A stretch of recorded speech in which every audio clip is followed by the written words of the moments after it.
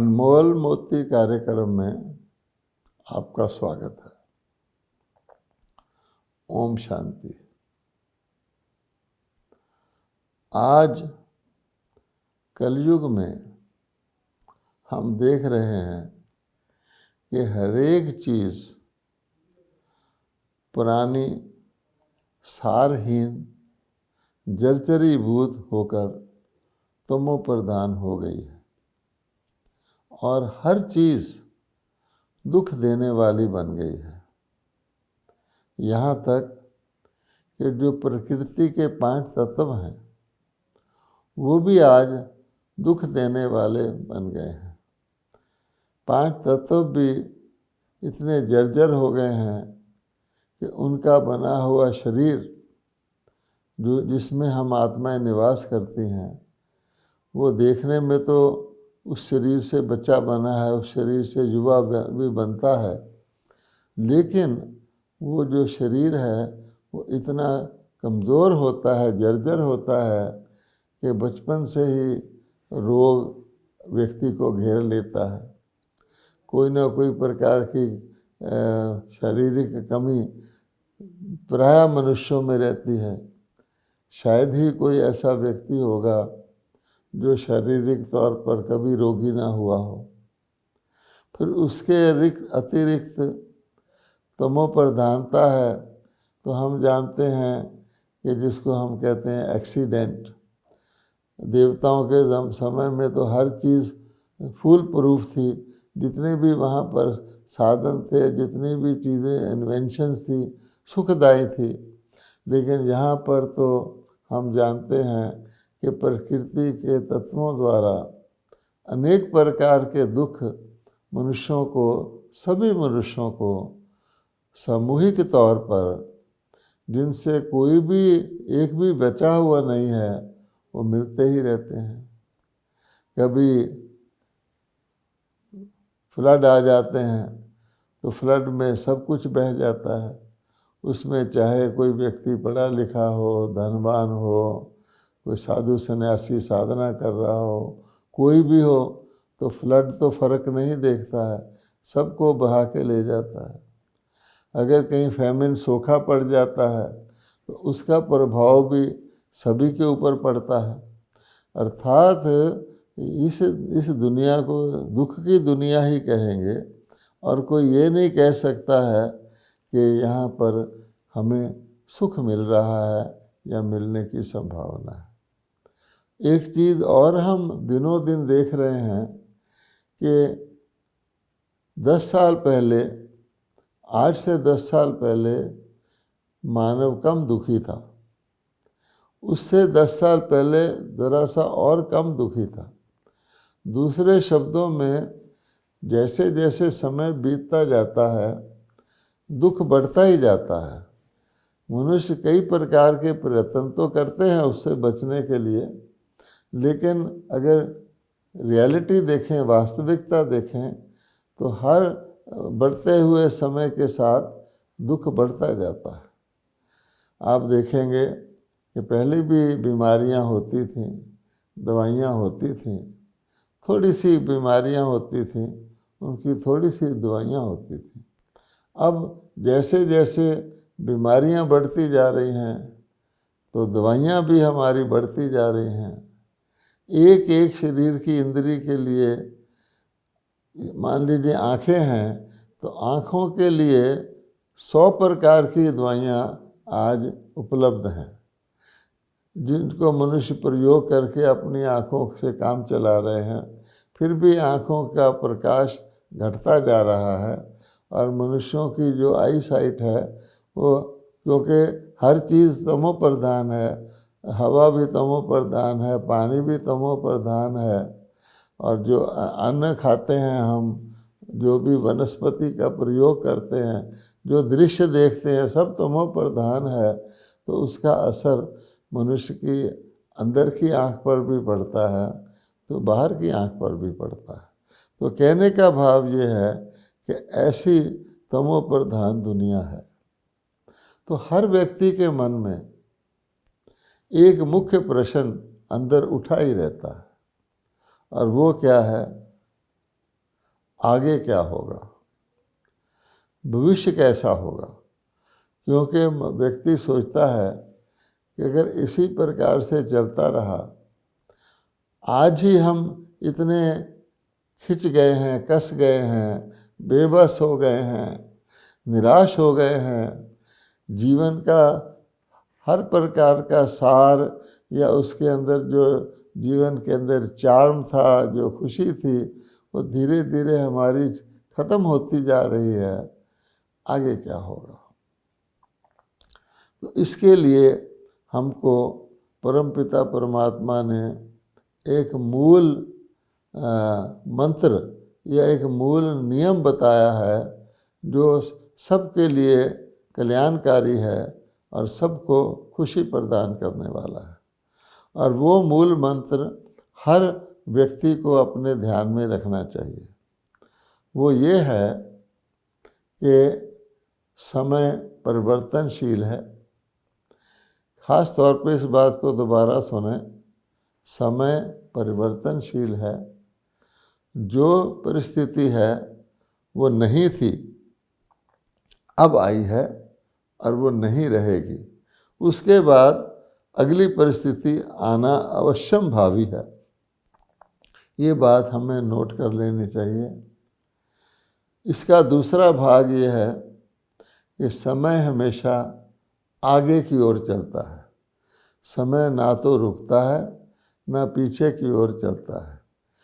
इससे ये पता लगता है कि एक खुशी की लहर, एक रोशनी की किरण हर एक को अपने मन में दिखाई देनी चाहिए।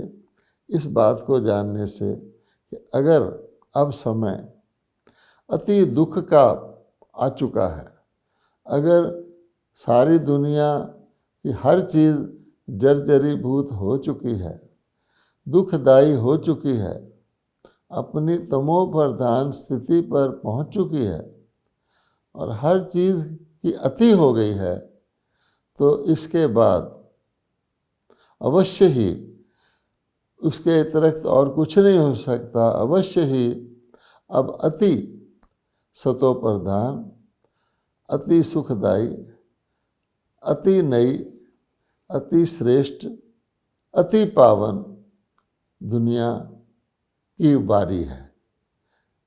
परिवर्तनशील है। जब अति गिरावट हो जाती है, उसके बाद ही अति ऊंचाई आती है। ये बात हमको नोट करनी चाहिए, इसलिए ताकि हम अब ये समझें कि हम सब के दुख के दूर काल चक्र के अनुसार और समय की गति के अनुसार दुख के दिन अब गिनती के हैं और सुख के दिन दूर नहीं हैं। इस बात के बाद, क्योंकि ये बात व्यक्ति, हर कॉमन व्यक्ति, साधारण व्यक्ति भी समझ सकता है, गीता में भी इसकी निशानी लिखी हुई है कि एक समय पर एक ही गुण रहता है। सारे गुण इकट्ठे नहीं होते हैं। जो गुण जिस समय पर होता है उस समय वही गुण होता है। ना उससे पहला गुण होता है, ना उसके बाद का गुण होता है। उदाहरण के तौर पर अगर एक दिन को ही ले लें, तो दिन में जब प्रभात का समय होता है तो प्रभात ही होता है। उस समय ना तो दोपहर होता है, ना सायंकाल होता है, ना रात्रि होती है। और जब प्रभात के बाद दोपहर आ जाता है तो फिर ना प्रभात रहता है, ना बाकी अन्य समय रहता है। दोपहर का अर्थ है सबके लिए दोपहर ही होता है। और जो दोपहर की गुण विशेषताएं हैं वो उस समय पर हर एक को उपलब्ध होती हैं। आगे चलें, अगर सायंकाल आ जाता है तो फिर ना दोपहर रहती है, ना प्रभात रहता है, ना रात्रि रहती है। इसी क्रम के अनुसार जो हम एक दिन में देखते हैं, अगर व्यक्ति के जीवन को भी ले लें तो जब बचपना होता है हमारा, उस समय हम ना युवा होते हैं ना वृद्ध होते हैं।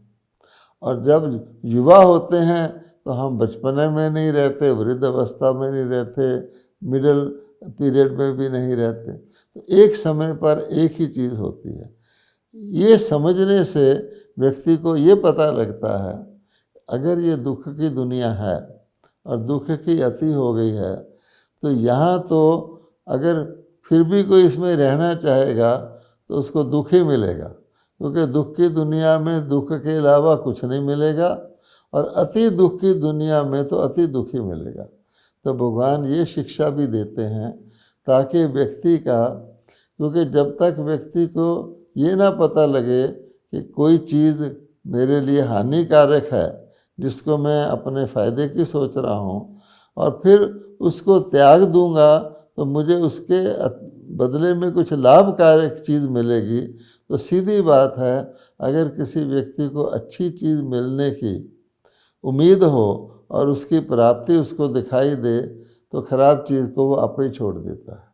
इसलिए भगवान कहते हैं कि मैं जब धरती पर अवतरित होता हूँ तो मैं प्राप्ति करवाता हूँ, मनुष्यों को सुख देने वाले साधनों की, सुख देने वाले विधियों की प्राप्ति कराता हूँ, इसलिए उनके लिए दुख देने वाली चीज़ों का त्याग करना सहज और स्वाभाविक हो जाता है।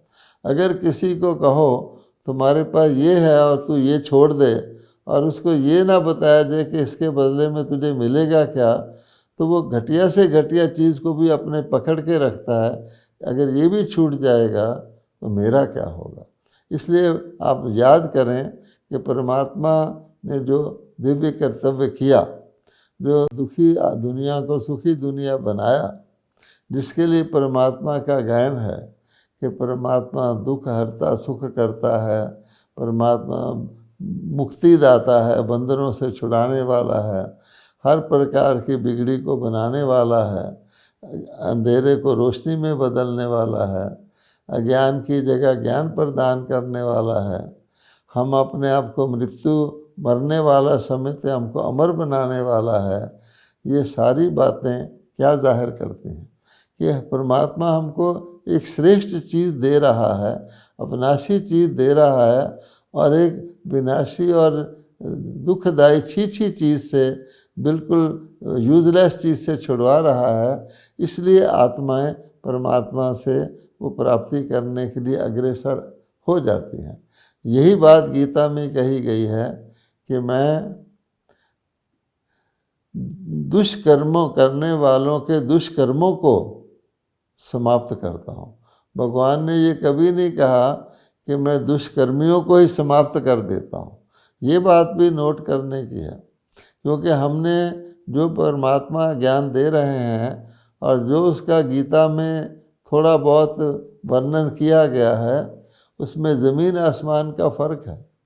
भगवान कह रहे हैं कि hate the sin not the sinner, मैं सिन को समाप्त करता हूँ, यानी पाप का या दुष्कर्मों का विनाश करता हूँ, कुवृत्तियों का विनाश करता हूँ। कुवृत्ति रखने वालों का विनाश हो ही नहीं सकता, क्योंकि आत्माएं अविनाशी हैं, और आत्मा अविनाशी आत्मा ही पतित बनती है, अविनाशी आत्मा ही पावन बनती है। तो अविनाशी आत्मा को पतित से पावन बनाने का मैं कर्तव्य करता हूँ। इसीलिए दो बातें कही हैं कि मैं सृजन भी करता हूँ, स्थापना भी करता हूँ। परित्राणे साधु नाम, कि अच्छी वृत्ति वालों का जो साधना कर रहे हैं सुख पाने की, उनको मैं तार देता हूँ, उनको मैं सही रास्ता बता देता हूँ। और जो दुष्ट वृत्ति वाले हैं, क्योंकि खराब वृत्ति की दुनिया को बदलना है, उसमें मैं खराबी का विनाश करवा देता हूँ। इसलिए भगवान विनाश जो करवाते हैं वो कल्याणकारी विनाश है, बुराई का विनाश कराते हैं। जैसे एक डॉक्टर किसी का ऑपरेशन करता है, कभी कभी उसके किसी इंद्री को निकाल के फेंक भी देता है, लेकिन किस इंद्री को निकाल के फेंकता है? जो खुद भी बेकार हो चुकी है और अन्य इंद्रियों को भी नुकसान पहुंचा रही है। तो डॉक्टर का ऑपरेशन लोग खुशी खुशी कराते हैं, ये सोच कर के मेरे कल्याण के लिए है। तो भगवान कहते हैं मैं कल्याणकारी परम पिता हूँ, तो मेरा विनाश करवाने का कर्तव्य भी, स्थापना करवाने का दिव्य कर्तव्य भी कल्याणकारी है। ये बात हमको ध्यान में रखनी। अब मनुष्यों के अंदर ये विचार भी आता है कि आखिर परमात्मा ऐसा कौन सा जादू का मंत्र करते हैं, परमात्मा के पास ऐसा कौन सा शु मंत्र है जो हम इस दुनिया को हम देख रहे हैं। परमात्मा कहते तुम इस दुनिया में रहते भी रहो, इस दुनिया में कर्म भी करते रहो, और जो तुम्हारे अपने अपने बनाए हुए हिसाब किताब हैं, जिनके कारण तुम्हें परिवार मिले हुए हैं, हिसाब किताब के अनुसार शरीर मिला हुआ है, हिसाब के अनुसार तुम्हें धन या संपन्नता मिली हुई है या नहीं मिली हुई है, तुम्हारा घर किसी बहुत बड़े पॉश एरिया में है वहाँ जन्म लिया है, या तुम्हारा जन्म किसी स्लम एरिया में झोपड़ी में हो गया है, ये तुम्हारे हिसाब किताब हैं। इन किसी भी हिसाब किताब में किसी भी परिस्थिति में तुम हो, मैं तुम्हें उससे निकाल करके तुम्हें सब दुखों से मुक्त करके मैं तुम्हें पुनः सुखी बना देता हूँ, इसलिए तुम मुझे याद करते हो। अब वो ऐसा कौन सा छू मंत्र है, तो वास्तव में ये छू मंत्र शब्द भी क्यों निकला है कि कोई कार्य जो एक मैजिकल तरीके से हो जाए, एक जादुई विधि से हो जाए, जिसका कोई किसी की समझ में ना आए कि इतना मुश्किल काम इतना सहज हो गया, उसको लोग छू मंत्र कह देते हैं। वास्तव में ये छू मंत्र बिगड़ा हुआ नाम है शिव मंत्र का। ये शिव परमात्मा हैं, ये तो सब मानते ही हैं। शिव परमात्मा ने नमः हम कहते हैं, अन्य किसी को परमात्मा नमः नहीं कहते हैं। शिव का ही सोमनाथ का मंदिर है, शिव निराकार की मूर्तियां ही हम भिन्न भिन्न नामों से कश्मीर में अमरनाथ से लेकर नीचे रामेश्वरम में पूजते हैं, लेकिन उसको जानते नहीं हैं। तो भगवान कहते मेरी विधि बहुत सहज है। वो ये है कि इस धरती पर आकर आत्माएं जब सतोगुनी दुनिया में आती हैं, सतोगुनी स्वरूप में परम धाम से आती हैं, तो उनको सतोगुनी शरीर मिलते हैं। तो हर चीज़ प्रकृति भी सतोगुनी होती है, तो उनका जो भी आत्माओं का शरीर के या शरीरधारियों से या शारीरिक वस्तुओं से संबंध होता है, उसको हम संबंध कहते हैं।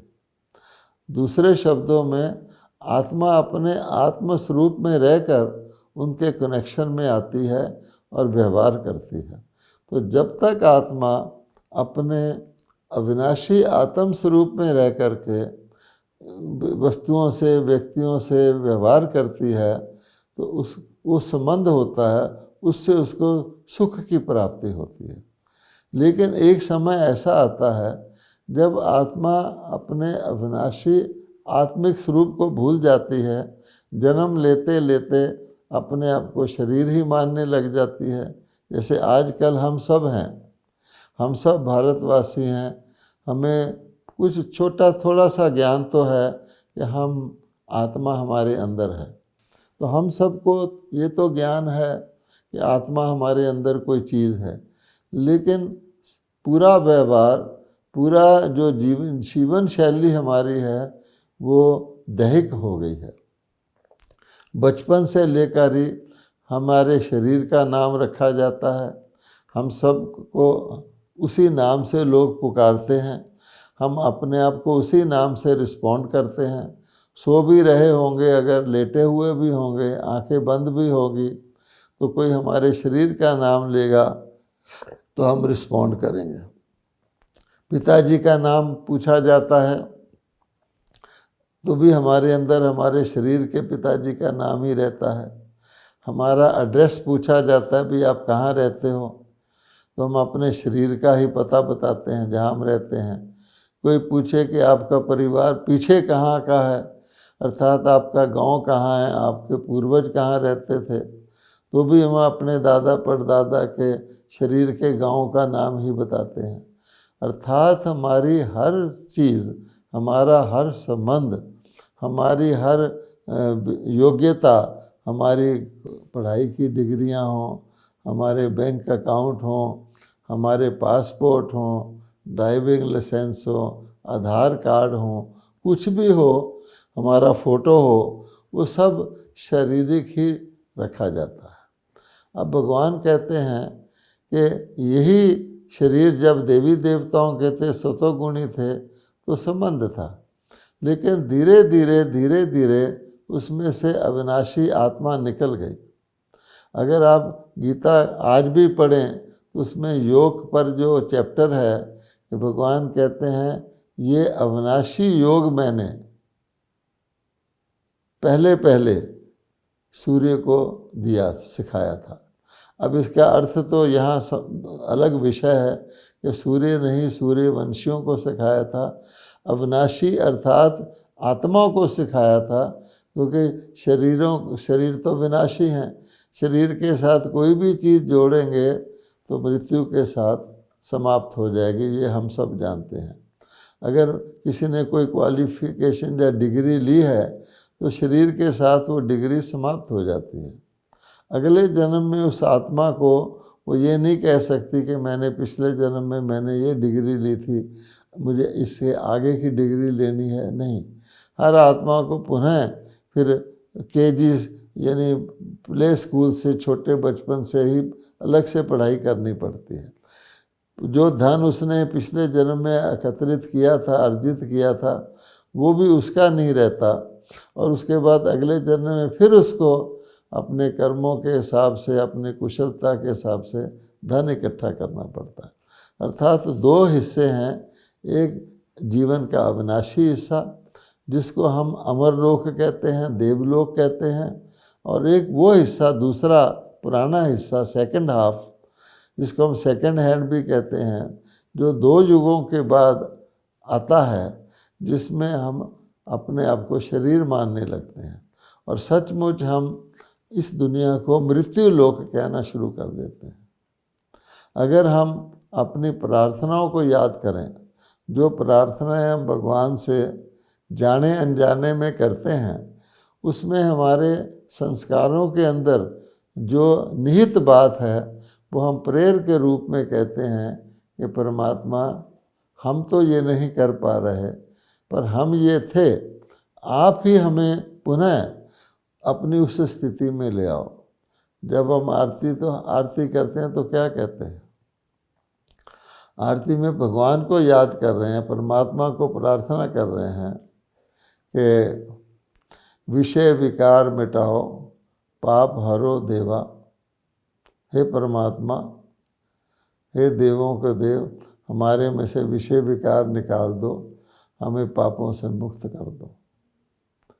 आप देखिए, यही भगवान ने अपना दिव्य कर्तव्य बताया है कि मैं दुष्कृताम का विनाश करता हूँ, दुष्कर्मों का विनाश करवाता हूँ। फिर हम कहते हैं, मैं मूर्ख खल कामी कृपा करो भरता, कि मेरी बुद्धि में वो बुद्धिमत्ता नहीं रही, मैं काम विकार से ग्रसित हो गया हूँ, मुझे काम विकार से जीत पहनाओ, क्योंकि काम विकार के साथ बाकी सभी विकार आते हैं। ये भगवानोवाच गीता में आज भी है। तो फिर क्या हम कहते हैं, हे परमात्मा, मुझे अंधकार से प्रकाश की ओर ले चलो। कौन सा अंधकार है? क्या ये दिन रात वाला अंधकार है? हमारी आंखें जो बंद हैं, भगवान भी कह रहे हैं कि आंखें खोलो, और सोने का वक़्त नहीं है, और जागो। वो कौन सी आंख खोलो? ये भी बात शारीरिक नहीं है, अंधकार भी शारीरिक नहीं है, प्रकाश भी शारीरिक नहीं है। फिर हम कहते हैं, हे भगवान, हमें असत्य से सत्य की ओर ले जाओ। अर्थात हमने असत्य को सत्य कहा जाता है जो चीज़ सदा रहती है और जो सदा कल्याणकारी होती है। अब हम अपने आप को शरीर मानते हैं, एक तो वो सदा नहीं रहता, और वो सदा हमें सुख भी नहीं देता, शांति में भी नहीं रहने देता, दुख ही दुख देता रहता है। इसलिए हम कह रहे हैं, भगवान हमें इस असत्य से सत्य क्या है, ऐसा कौन सी हमारी स्थिति है, ऐसी कौन सी हमारी अवस्था है जिसमें हमें दुख हो ही ना हो, उसकी ओर ले चलो, सत्य की ओर। अज्ञान से ज्ञान की ओर ले चलो। जिस चीज़ को हम अपने फ़ायदे की समझ रहे हैं लेकिन वो हमें नुकसान कर रही है। गीता में कहा हुआ है कि आत्मा ही अपना मित्र बन जाती है, आत्मा ही अपना शत्रु बन जाती है। जब हम अपना मित्र हैं तो हम सुखी सुख भोगते हैं। वो भी युग था जिसको हम देवलोक कहते हैं, जिस भारत की महिमा है। और वो भी युग है जब हमें दुखी दुख मिल रहा है तो ज़रूर हम अपने शत्रु बने हुए हैं। हमने शत्रु को अपना मित्र समझा हुआ है। आज हम काम विकार, जैसे गीता का 16वां अध्याय में कहा हुआ है कि आसुरी संपदा का लक्षण ये है, वो समझते हैं कि दुनिया सिर्फ काम विकार का सुख लेने के लिए बनी है, इससे बड़ा सुख तो कोई दुनिया में होता ही नहीं है। यही जीवन का लक्ष्य है और उसकी पूर्ति के लिए मैं बहुत दान करता हूँ, पुण्य करता हूँ, साधुओं को खिलाता हूँ, भक्ति करता हूँ, ये करता हूँ, वो करता हूँ, मैं बहुत बड़ा दानी हूँ, आदि आदि। लेकिन मेरी सबसे बड़ा लक्ष्य काम विकार के रूपी सुख की पूर्ति है। तो भगवान कहते हैं जिसको मैंने महाशत्रु बताया है, जो तुम्हारे पतन की जड़ बनता है, जिसके कारण से तुम देवताओं के पद से पुण्य क्षीण होकर, पावन से पुण्य क्षीण होकर तुम पतित बन जाते हो। और अंत में तो हम एक ऐसी विचित्र चीज़ मांगते हैं जो भगवान कहता है कि ज़रा सी बात है, तुमने अपने आप को गलत मानकर वो मांगनी मेरे से करते रहते हो। अब वही है, हे परमात्मा मुझे मृत्यु से अमरत्व की ओर ले चलो। मैं यानी मृत्यु को प्राप्त होना, मैं मृत्यु को प्राप्त होना मेरा अवश्यम भावी है। मैं मरता हूँ तो मेरा सब कुछ चले जाता है। आप मरे जग प्रलय, मैं मरना ही नहीं चाहता, इसलिए यद्यपि मुझे मरना पड़ता ही है, लेकिन हे परमात्मा मुझे इस मृत्यु से बचाओ और ऐसी दुनिया में ले चलो जहाँ मृत्यु हो ही ना।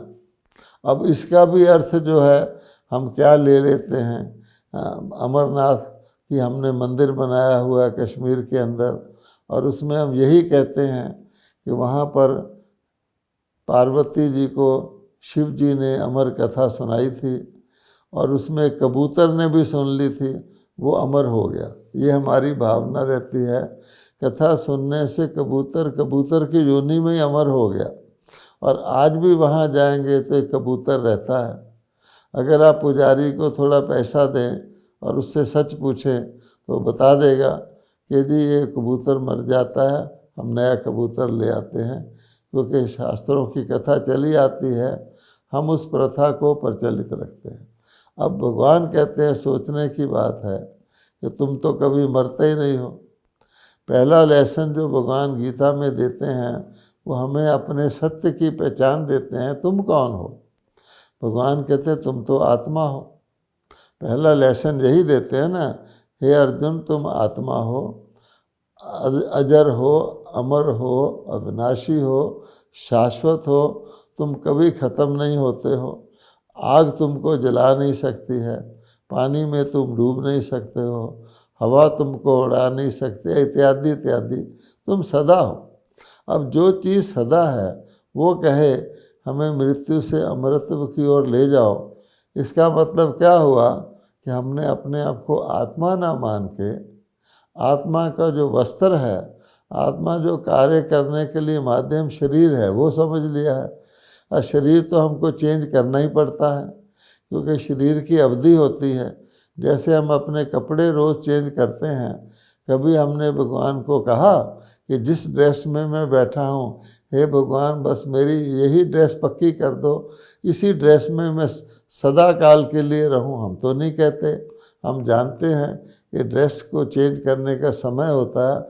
हम अपनी रुचि से और खुशी से ही पुरानी ड्रेस जिसमें थोड़ा सा पसीना आ जाता है, थोड़ी मैली हो जाती है, बाहर का प्रभाव पड़ जाता है, उसको चेंज कर लेते हैं। इसी प्रकार से शरीर भी एक वस्त्र कहा गया है, आत्मा के काम करने के लिए एक माध्यम कहा गया है। अगर हम माध्यम को बदल लेते हैं, लोग अपनी कार को बदल लेते हैं, कार का नया मॉडल आता है उसको बदल लेते हैं, अपने मोबाइल को बदल लेते हैं, कैमरा को बदल लेते हैं, तो बताइए कि शरीर को बदलने को हम ये मान लें कि मैं मृत्यु को प्राप्त होता हूँ, मैं तो ख़त्म ही हो जाता हूँ, इससे बड़ा अज्ञान क्या है।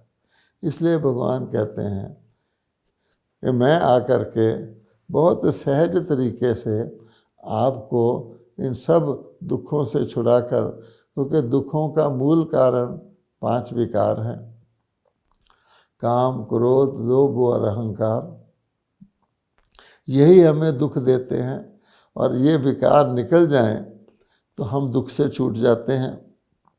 इसलिए हम भगवान को प्रेयर करते हैं, विषय विकार मिटाओ। अब इन विकारों का कारण क्या है? तो भगवान कहते हैं विकारों का कारण अपने आप को शरीर मानना है। तो शरीर मानते हो इसलिए वो विकार आते हैं। तुम शरीर हो ही नहीं, तुम आत्मा हो। तो परमात्मा हमको आके क्या कहते हैं? सिंपल बात बताते हैं। अब पहली बात तो खुशखबरी बताते हैं, अब ये नाटक सृष्टि का पूरा हो गया है। तुमने पूरे अपने 84 जन्म पूरे कर लिए हैं। अब इस नाटक का तो अंत होना ही है। तो जब इसका अंत होना ही है तो हमें जिस चीज़ का हमें पता है कि ये ख़त्म होनी है, उससे हमें लगाव रखना तो अक्लमंदी नहीं होगी। तो पहली बात तो भगवान हमें निश्चय करवाते हैं, ये दुख की दुनिया का तो अंत होना ही है, और आप भी चाहते हो कि दुख का अंत हो। क्या अभी भी आप इस दुख की दुनिया में रहना चाहते हो? अगर रहना चाहोगे तो और ज़्यादा दुख पाओगे। इसलिए जो तुम प्रेयर करते आए उसको मैं पूरी करने के लिए मैं ही आकर के तुम्हें वहाँ से छुड़ाता हूँ। दूसरी बात भगवान कहते हैं छुड़ाने का बहुत आसान तरीका है कि तुम आत्मा हो, आत्मा थे, आत्मा हो, आत्मा ही रहोगे। शरीर तो तुम बदलते आए हो। वर्तमान शरीर को भी आप देख लो, आजकल तो अकाल मृत्यु का भी बाजार गर्म है। ये कब तक तुम्हारे पास रहेगा? ये तुमको छोड़ना ही है। और ये तो जर्जर शरीर है, दुखी होता रहता है, रोग ग्रसित होता रहता है।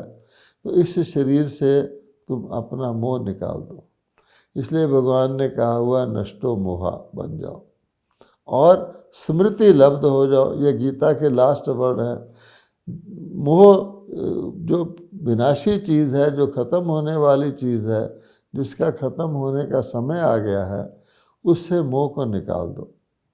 इसलिए बाबा कभी कभी बंदरी का मिसाल भी देते हैं कि बंदरी को क्यों भिखारी कहा गया है कि उसका बच्चा मरने के बाद भी उसको अपने साथ लेके चलती रहती, इतना मोह होता है।